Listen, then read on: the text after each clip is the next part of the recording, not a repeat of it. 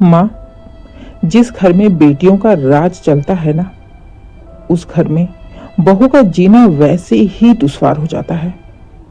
माँ, इसे कुछ सिखाओ, समझाओ। अगर इसकी यही हरकत रही तो एक दिन ससुराल से भगा दी जाएगी और फिर पूरी जिंदगी यहाँ बैठकर ऐसे ही काजल का जीना दुश्वार कर देगी। काजल की शादी बड़े ही धूमधाम से राजीव के साथ हुई थी। राजीव पढ़ा लिखा और समझदार इंसान था, जो अपनी पत्नी को खुश करने की हर मुमकिन कोशिश करता। काजल पति का प्यार पाकर काफी खुश थी। ऐसा लगा जैसे उसके सपनों का पति और ससुराल मिल गया। लेकिन काजल की ये खुशी बस कुछ ही दिनों की थी।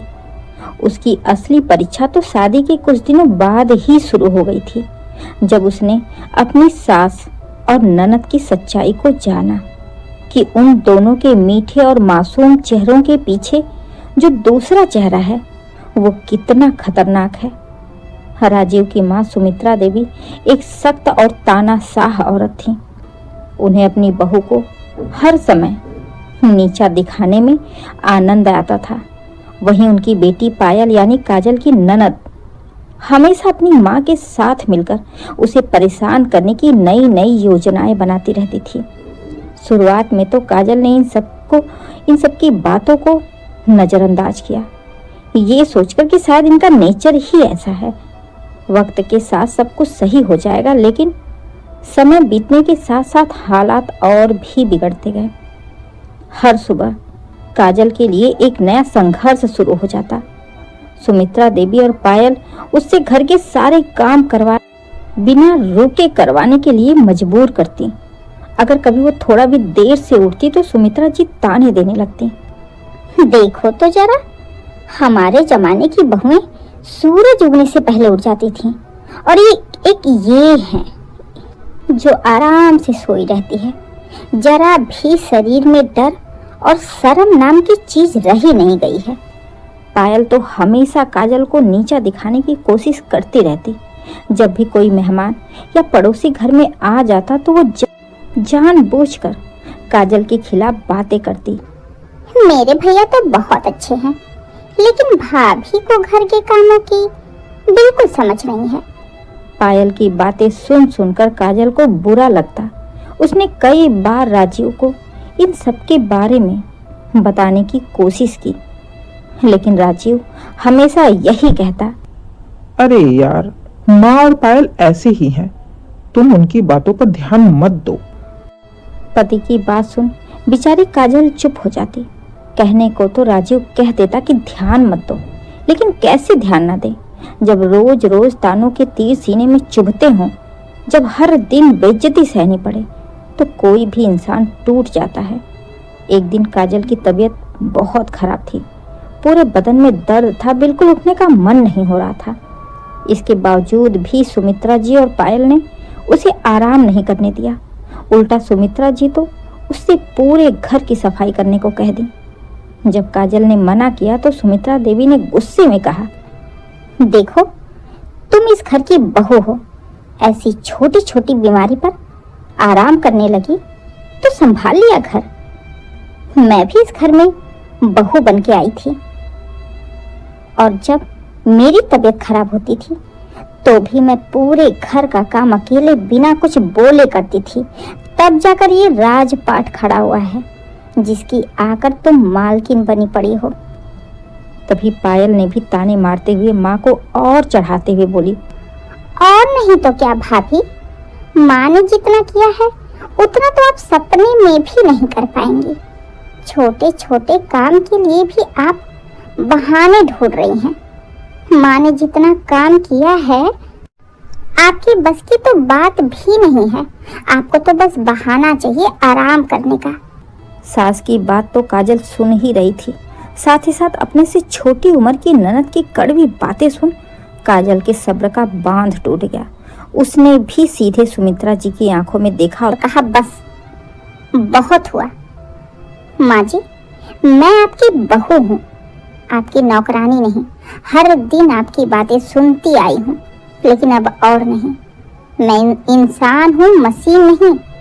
माना कि आपने अपने जमाने में बहुत काम किया है, की होंगी, मैं मना नहीं कर रही, लेकिन जरूरी नहीं कि हर इंसान एक जैसा हो। आप बहुत महान हैं, बहुत अच्छी हैं, बहुत मेहनती हैं।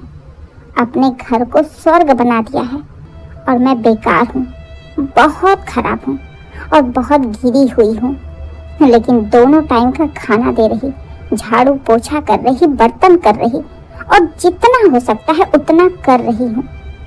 उससे ज्यादा कुछ भी नहीं कर सकती। जबरदस्ती तो बिल्कुल भी नहीं, और ऐसे ताने देकर तो एकदम नहीं। आप मुझे बोले आप सास हैं, लेकिन साथ ही साथ अपनी बेटी को मेरे सामने खड़ा करके मुझे नीचा दिखाएंगी, ये मैं बर्दाश्त नहीं करूंगी। और पायल, तुम, मैं भाभी हूँ, गुलाम नहीं। ये मत भूलो कि मैं उम्र और पद दोनों में तुमसे बड़ी हूँ। मैं कुछ बोलती नहीं हूँ, इसका मतलब ये नहीं कि मेरे अंदर जुबान नहीं है। तुम मुझे क्या सिखा रही हो? मैंने जितना किया उसका तुम आधा करके भी दिखा दो। तुम क्या करोगी अपने ससुराल जाकर? तुम्हें तो ढंग का खाना भी बनाने नहीं आता है। तुम सिखाओगी मुझे कि मुझे क्या करना है? अचानक से काजल का रौद्र रूप देख पायल तो डर के माँ के पीछे चिपक गई। सुमित्रा जी भी गुस्से में लगातार काजल को देख रही थी, बोली कुछ भी नहीं। लेकिन रात को जैसे ही राजीव आया, सुमित्रा जी, पायल दोनों ही बैठकर शिकायतों का पुलिंदा लेकर शुरू हो गई काजल की शिकायत करने। पूरे दिन की घटना को बढ़ा चढ़ा कर बताना शुरू कर दिया माँ बेटी ने। काजल भी किचन में से ये सब सुन रही थी। माँ की बातें सुन राजीव ने काजल को वहीं बुलाया और थोड़ा सख्त होते हुए बोला, काजल, ये मैं क्या सुन रहा हूँ? तुमने माँ और पायल के साथ दोपहर में बदतमीजी करी, उनसे जबान लड़ाई, अब तुम इनसे लड़ाई करोगी? तो काजल ने भी गौर से राजीव को देखते हुए कहा, राजीव, तुम्हें तो मेरी तकलीफ से मतलब नहीं है। तुम्हारी नजरों में तुम्हारी माँ और बहन ऐसी ही हैं। तुम्हें तो दिखाई देता नहीं कि उनकी बोली ऐसी ही है, असल में कैसी है। तो जब तुम्हें दिखाई नहीं दे रहा, जब तुम बीच में नहीं बोल सकते, नहीं समझ सकते, तो मुझे मेरे हिसाब से हैंडल करने दो। या तो तुम मेरी तकलीफ को समझो, या फिर मैं इस घर में और नहीं रह सकती। भाई, मेरे बस की बातें नहीं है इन दो मीठी छोरियों के साथ रहना। बताया था ना तुम्हें मैंने, बताया था ना कि कैसी कैसी बोली बोलती है, कैसे कैसे ताने देती हैं ये दोनों मुझे। क्या किया तुमने? कुछ किया? राजीव, एक दिन का हो, 2 दिन का हो, 2 महीने का हो तो भी चल जाता है। रोज रोज ऐसी बोली, चाहे दुख हो सुख हो, कौन बर्दाश्त करेगा? तुम कर पाओगे? एक बार मेरी जगह रह के देखो। अगर फैसला करने ही बैठे हो तो सच्चाई का फैसला करो। घर का जिम्मेदार बेटा बनकर फैसला करो, वरना मैं अपना फैसला ले ही लूंगी। मुझे इनकी गुलामी करते हुए जिंदगी भर ताने सुनना मंजूर नहीं है। मैं आज की लड़की हूँ, प्यार से रहेंगे तो पूजा करूंगी, नहीं रहेंगे तो दूसरा रास्ता भी है मेरे पास। काजल की साफ सीधी और सपाट बातें सुन राजीव को पहली बार एहसास हुआ कि उनकी माँ और बहन वाकई में काजल के साथ गलत कर रहे थे। तो राजीव ने कहा, माँ, ये सब क्या है? जरूरी है रोज रोज घर में कलेश करना? और आपको कुछ दिक्कत है काजल से तो आप बोलो ना। ये बीच में आप पायल को क्यों बुलाती हैं? 2-4 साल में इसकी भी शादी होगी, माँ इसे कुछ सिखाओ। अगर यही हरकत रही तो ससुराल से भगा दी जाएगी। पूरी जिंदगी बैठाकर ऐसे ही काजल का जीना दुश्वार कर देगी ये, जो मुझे भी बिल्कुल गंवारा नहीं है। आज काजल ने कहा कि वो घर छोड़ के चली जाएगी। अगर पायल नहीं सुधरी और इस घर में शांति नहीं करी आपने, तो मैं सच में उसके साथ चला जाऊंगा। फिर आपको भी शांति रहेगी, मुझे भी शांति रहेगी। तो बेहतर होगा कि अब बहू की बजाय बेटी को समझाओ और कुछ घर के काम सिखाओ उसे। राजीव की बातें सुन सुमित्रा जी चुप हो गईं। वो समझ गईं कि अब राजीव उनके बहकावे में नहीं आएगा, मैं कोशिश भी करूंगी तो काजल ऐसा होने नहीं देगी, क्योंकि सहने की भी कोई क्षमता होती है, कोई हद होती है।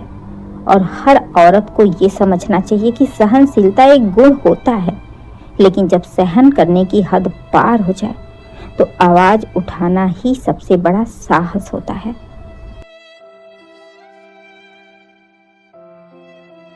दोस्तों, आपको हम सास बहू की वीडियो कैसी लगी कृपया कमेंट करके जरूर बताएं। और हाँ, चैनल को सब्सक्राइब जरूर करिए। हमारा नया चैनल है, प्लीज़ सपोर्ट करिए। हाँ दोस्तों,